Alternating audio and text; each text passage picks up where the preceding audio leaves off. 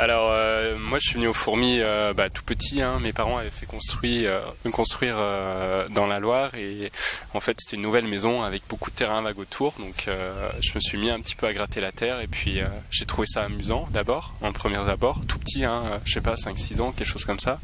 Et puis bien sûr le sadisme d'enfant venant, j'ai commencé à mettre des petites bêtes dedans pour voir comment ça réagissait et ça tombait bien, j'aimais pas les pinces-oreilles donc je balançais des pinces-oreilles et je les voyais s'organiser, les attaquer, les tuer, donc c'est ça qui m'a premièrement passionné. Donc avec du recul maintenant ça serait l'organisation des fourmis, c'est ce qui m'a vraiment plu chez elles.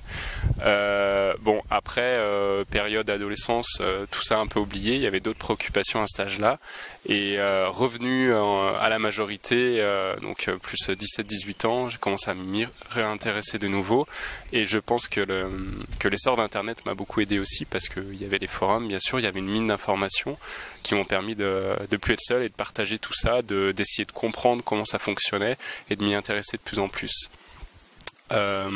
Voilà.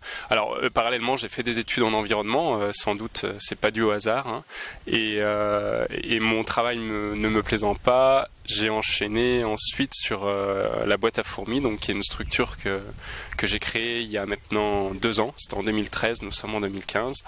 Et cette boîte à fourmis, elle a quoi comme vocation?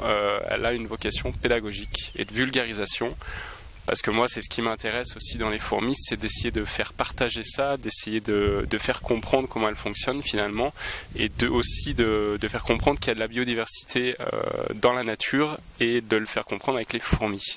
Alors, je suis pas pointu sur certaines questions au niveau fourmis, la taxonomie par exemple, mais j'aime à partager ce savoir, donc surtout à des petits, que ce soit des classes de maternelle, de primaire, ou du grand public.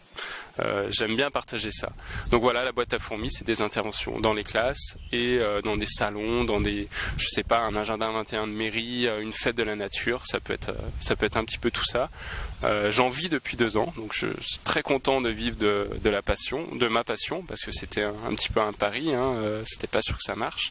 Et puis voilà, on va voir ce que ça donne dans les temps à venir. Voilà.